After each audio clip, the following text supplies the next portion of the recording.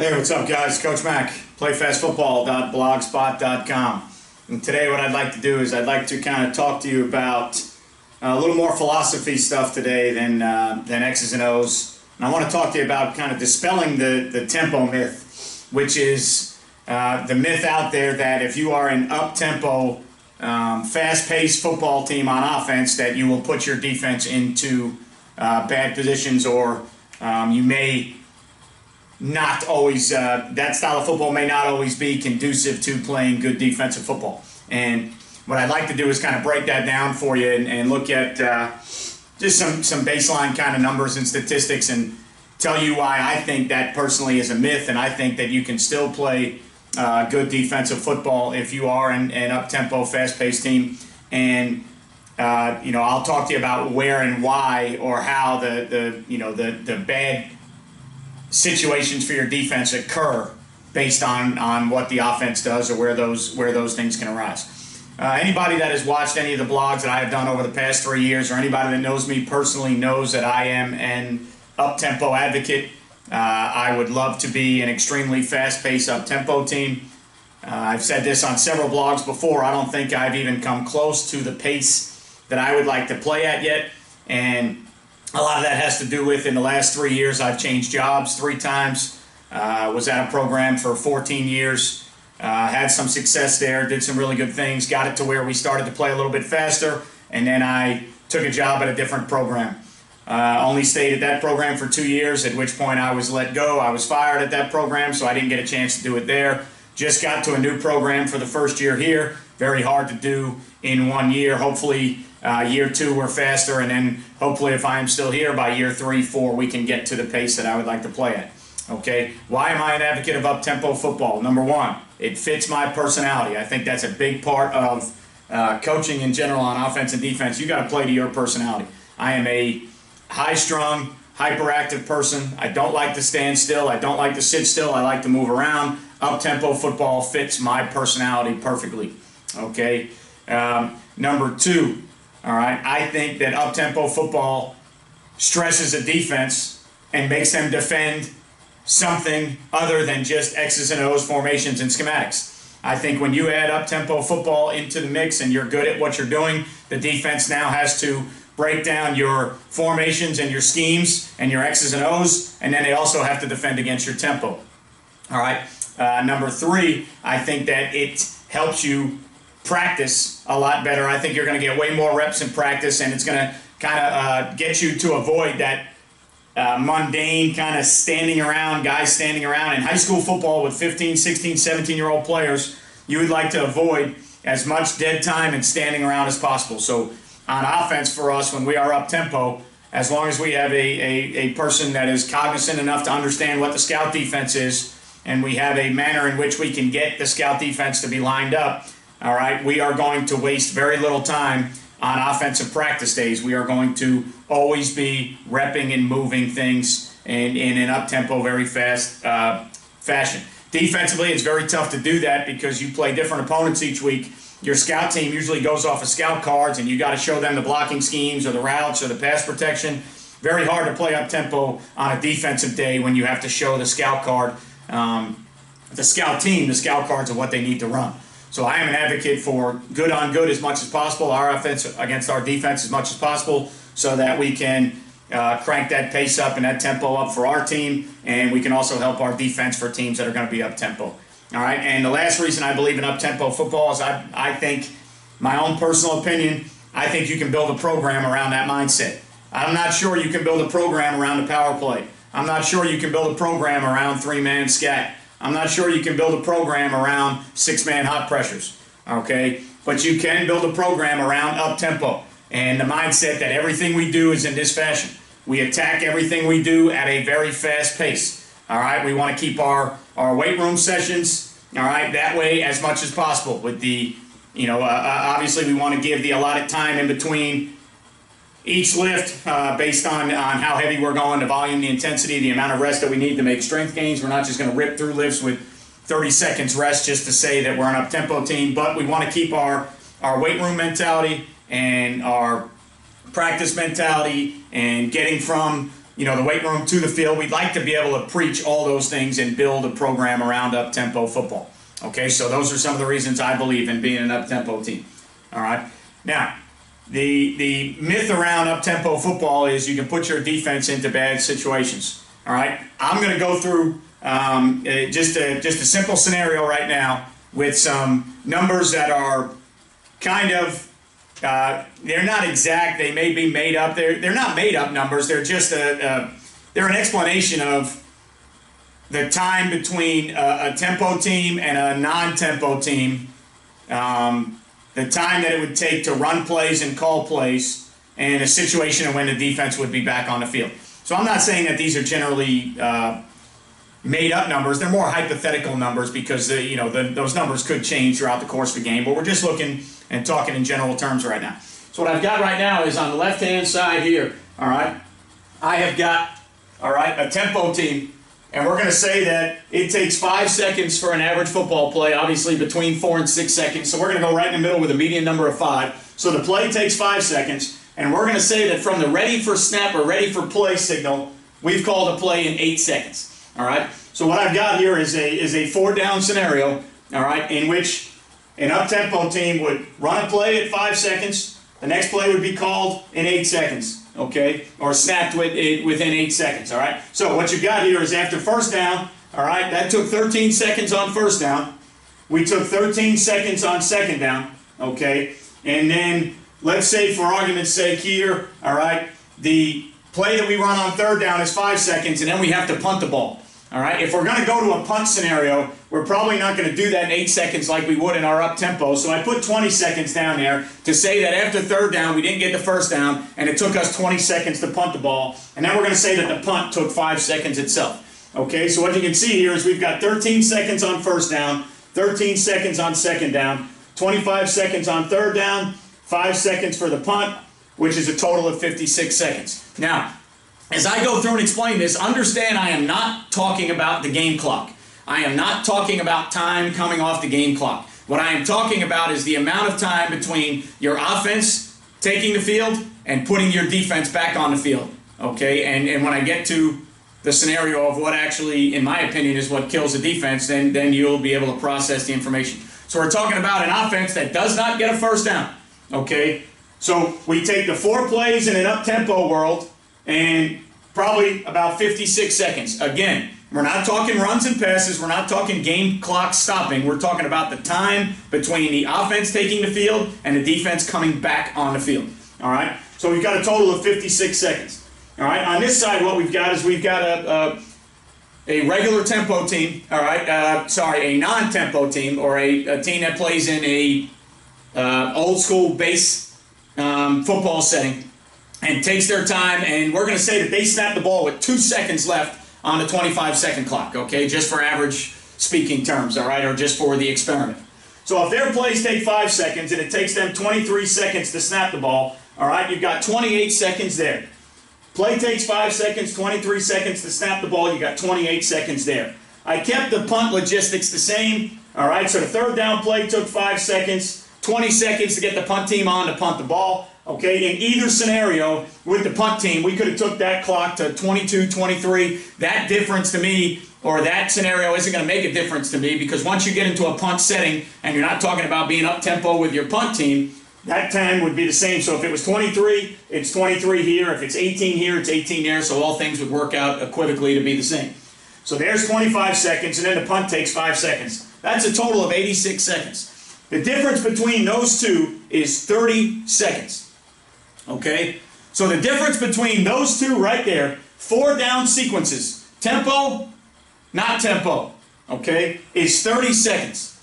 All right, so as an up-tempo advocate, I'm going to tell you, if you think 30 seconds makes a big deal for your defense to get back on the field, okay, I'm going to argue and say that you are a little bit crazy or out of your mind.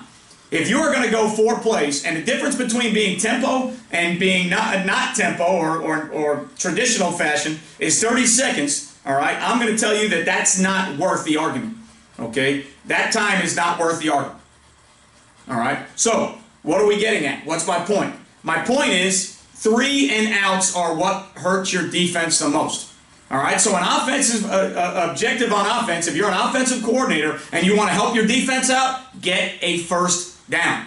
I don't care if you do it up-tempo. I don't care if you do it base tempo. Get a first down, because if you do not get a first down, I do not care how you play football, 30 seconds is the best you can do for your defense, maybe 40 seconds. I'll give you, if you want to go to the extreme of taking everything to the last second, including your punt team, I'll give you 40 seconds. All right? So a traditional based offense that is not an up-tempo offense is going to give their defense an extra 40 seconds as opposed to that up-tempo team. All right? I will take that all day, all right, as a tempo team to try and stress the defense. I am willing to cut 40 seconds off the rest time of my defense every day of the week if I feel like it helps me play better football on offense and it helps the mindset of our program. Okay? So, again, what is the problem? The problem is 3 and outs. It does not matter how you do it on offense. If you go 3 and out, that is what hurts your defense. That is what puts your defense in bad situations. Not the fact that you went 3 and out in 56 seconds, because this team's going to go 3 and out in 86 seconds. Okay? 30-second difference. So I don't think the tempo at which you play is the difference. The difference is the 3 and out in general. Okay? And if you look at, all right, you look at the national championship game. I happen to be an Alabama fan. I've been an Alabama fan since 1978 when I started watching football on Long Island in New York, when those were the only games. Alabama and Notre Dame were the only 2 nationally televised games. All right? Been an Alabama fan a long time. Look at the national championship game. Clemson ran 99 snaps, or had 99 snaps on offense. Alabama is traditionally a ball control possession offense. All right? And if you watch them play, or you have watched them play, all right, there are several times, although they try to push the pace more so than they have in the past, there are several times where they are snapping the ball with 2 seconds, 1 second, or even panicking and calling timeouts because they can't get the communication in time. With a freshman quarterback had, a situation with offensive coordinators changing. Alabama is almost the antithesis of up-tempo football. And Clemson ran 99 offensive plays. Why? 3 and outs. 3 and outs. 3 and outs. If you go 3 and out, that is what will kill your defense. Okay? So let's get away from the tempo myth a little bit to say that all these fast-paced up-tempo teams are putting their defenses in bad situations. Okay? The teams that put their defense in bad situations are the teams that don't get first downs. All right? And again, we are not talking about managing the clock. We're not talking about, obviously, if you've got a 14-point lead and you want to help your defense out, don't snap the ball every 12 seconds. Everybody understands that. Every up-tempo team has a way to milk the clock if they have a lead that they are trying to get rid of or end the game late in a game if they're not in their base operating system. Okay? So, in theory, get first downs. Don't go 3 and out. Don't turn the ball over. That is what hurts your defense, not the tempo at which you play. All right? I refuse to believe that the tempo at which a team plays, all right, will hurt a defense more so than 3 and outs or turnovers. All right? Now, if you talk about, offenses that are scoring points, all right, like Oregon or Baylor used to do or have done in the past, where they're scoring points in 1 minute and 30 seconds, and they're going 6 plays in 1 minute and 30 seconds and putting the defense back on the field, yeah, that's a little bit different than a ball control team that holds the ball for 6 or 7 minutes. But 7 points is 7 points. Okay? So you want to put your defense back on the field in 1 minute 30 seconds and say they're tired. Yeah, but we just gave them 7 points. So if they're tired and they give up 7, as long as we continue to get 7, at some point we need 1 stop. Okay? So I don't look at the game clock. I don't look at those scenarios of, what your offense does or how fast your offense scores too quickly.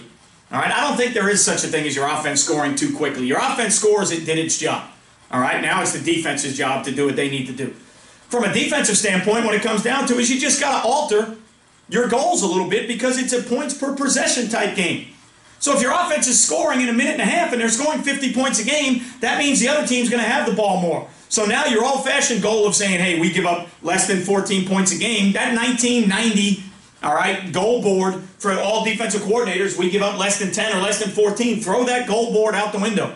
All right, if we are going to play up-tempo football and we are going to give the other team more possessions, not because we're turning it over or not because we're going 3 and out, but because we're scoring a bunch, if they get more possessions, they're going to score more. So what you need to look at it is points per possession.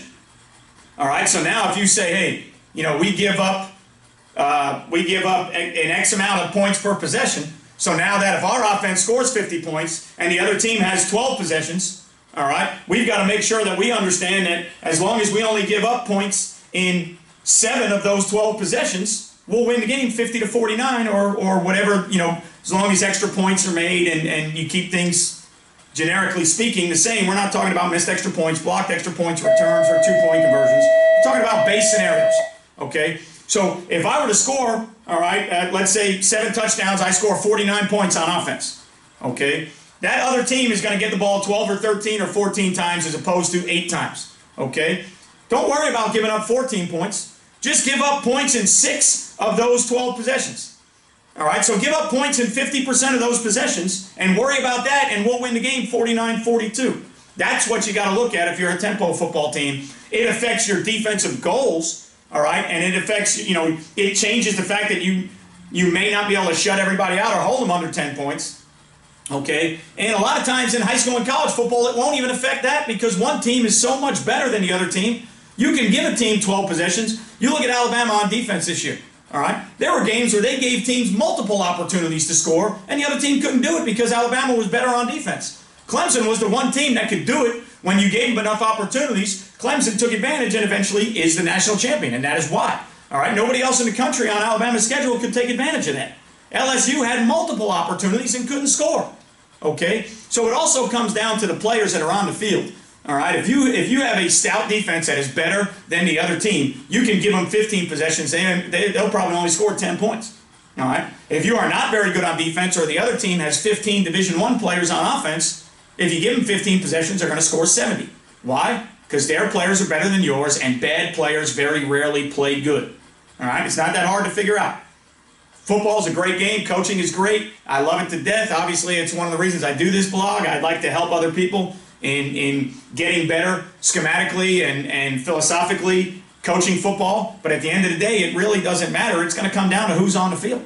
And in my opinion, 75 to 80% of games in high school and college are won before the ball's ever kicked off because one team is that much better than the other team, okay? And to quote a great coach, bad players don't play good. All right, so if you got a bunch of bad players on your team, they might be great kids. You might love them to death, but if they're bad players, they're probably not going to play good, and the good player is going to beat you every time. Okay, so it doesn't really matter the level of football. Sooner or later, it's going to come down to the kids on the field. But right now, we're talking philosophically about what hurts. Okay, and that, in my opinion, it's not tempo that hurts a defense. So, all right, what are we looking at? Well, here's my mindset. Okay, here's the way I look at it. For me, first down is my money down. All right, I will always say that as an offensive coordinator. Don't worry about your third down percentages. Don't worry about your third down conversions. I guarantee you they correlate directly to your first downs.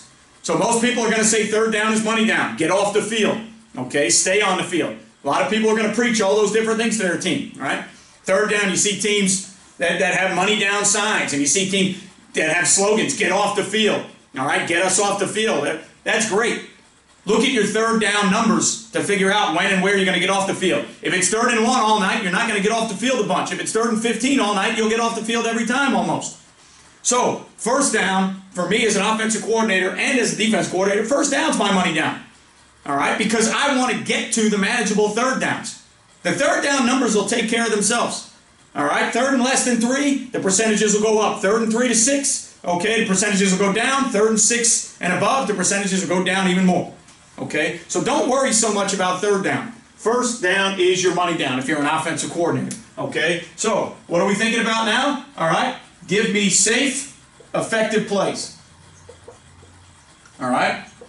On first down, I don't have a call sheet. I never coach with a call sheet. I don't have one of those menus that you put up in front of your face and you've got yellow, green, orange highlights and you've got 9,000 calls on there. All right, I'm a head football coach in high school. I can't hold that. I can't look at it. As an up-tempo team, if I have to look at all those things to call a play, I'm never going to be up-tempo. That's not my style. It's not what I do. When you watch, all right, guys that do it, there's a ton of great offensive coordinators that coach that way. It's just not me. I'm not saying there's anything wrong with it. I could care less. I've lost to guys with Chinese menu sheets, all right, for call sheets, and I've lost to guys that call plays from a napkin. It does not matter, all right? It's all about your philosophy, Okay, so I don't want to look at anything when I'm calling plays. So I want my first downs to be safe, effective plays. Runs or passes doesn't matter to me.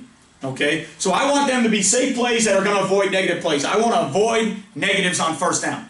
Okay, so if I throw the ball on first down, I want those to be rhythm-controlled passes on first down that get me, all right, 3 to 5 to 6 yards. I want runs that are safe, that are not negatives, that get me 3 to 5 to 6 yards. Okay, keep me, all right, in 2nd and 4 to 6. All right, if I'm in 2nd and 4 to 6, I've got my whole playbook to work with now. The defense has to defend everything. 2nd and 4 to 6 could be another run. It could be a tempo run. It could be a package. It could be a run-pass option package play. Excuse me. All right. It could be a play-action deep shot. It could be whatever you want. So keep me in 2nd and 4 to 6. All right. Here is what I try and stay away from as much as I can on first down.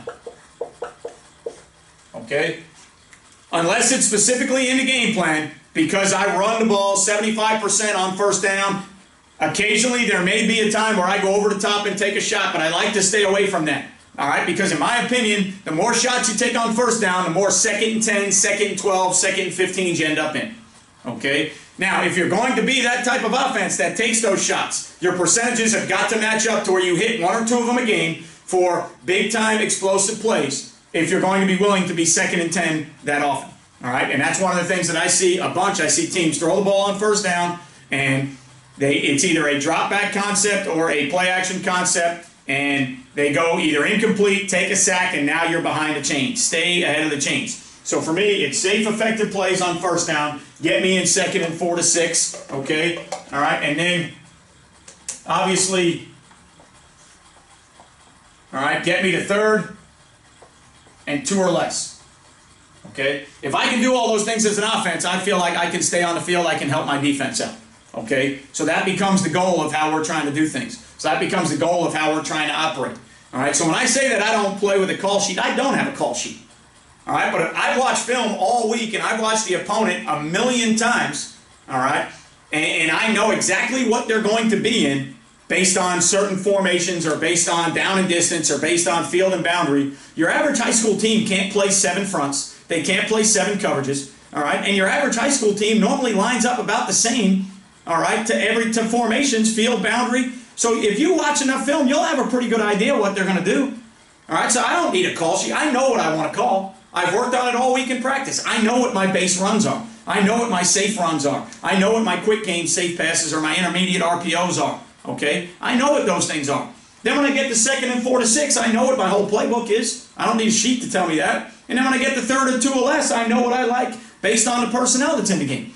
If I don't want to change personnel, I know the runs I like. If I need to change personnel and get bigger bodies in, I know the runs I like. I know the potential screens or play action passes that I like. Okay, so get me, all right, in those scenarios where I know first down's my money down. Give me safe, effective plays on first down. Very rarely do I do that. And if I do that, all right, it's got to be because I've been heavy run on first down in the past, and I've been self-scouting myself or doing analysis of my own offense, and I know that I'm 80% run, so I got to take a shot, but very rarely will I do that. Get me in 2nd and 4 to 6, all right? Get me to 3rd and 2 or less, all right? Now, where I think you've got to look at is I think you've got to look at when you are in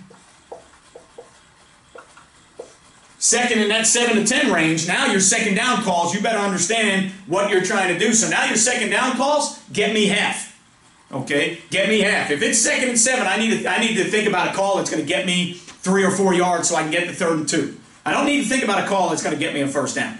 If it's 2nd and 10, I need to think about a play that's going to get me 5 to 7 yards so I can get to 3rd and 2 or 3rd and 3. That's how you have to think as an offensive coordinator. Don't always think about getting the first down on every play. Okay, always think about the scenario and how many downs you have to move the ball. And as that changes, if you get into 4 down territory and it's 3rd and 5. Don't think about getting a first down on 3rd and 5. Think about getting yourself at least 3 or 4. So if your head coach says you can go for it, now you've got 4th and 1. All right? So those are all the things that you have to take into account when you are trying to avoid 3 and outs. Because that's the end goal. That's what hurts the defense the most. Turnovers and 3 and outs. So if we're trying to avoid 3 and outs, how are we going to do so? All right? Make first down your money down. Safe and effective plays on first down. Get yourself 4 to 6 yards. Keep 2nd down from 4 to 6 range, you'll be okay. Stay out of 7 to 10 or longer. Okay? 3rd and 2 or less, you'll be in great shape.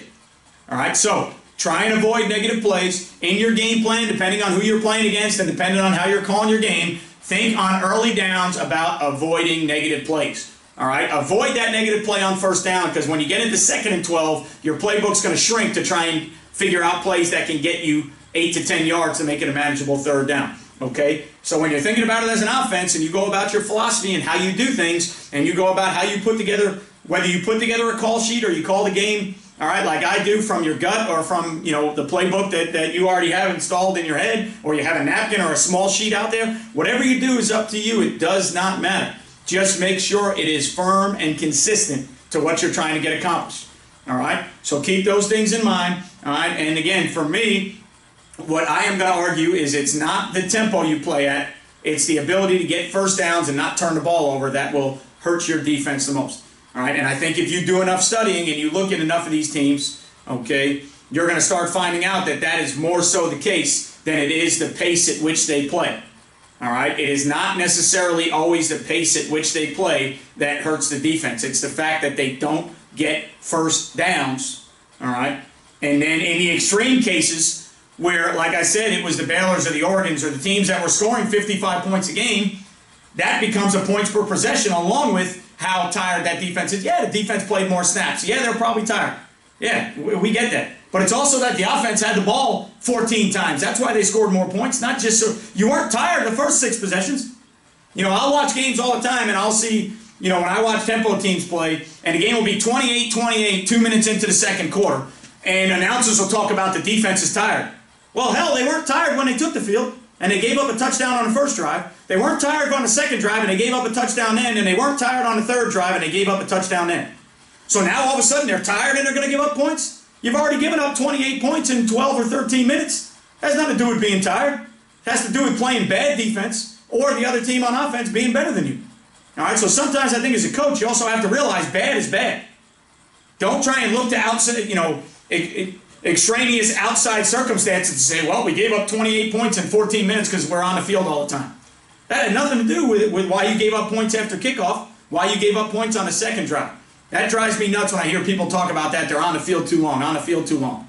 Well, they've given up points every drive they've had so far. They've had an opportunity when they were fresh. They still can't stop it. Find another crutch. Find something else to lean on. And don't lean on the fact that you've been on the field too long. Okay? Points per possession is the biggest key. We need them on offense if we're going to be up-tempo. If we're going to give the other team extra possessions, we need to make sure we score in our possession. Okay? As always, guys, remember, you won't play well until you play fast. I'll catch you guys next time.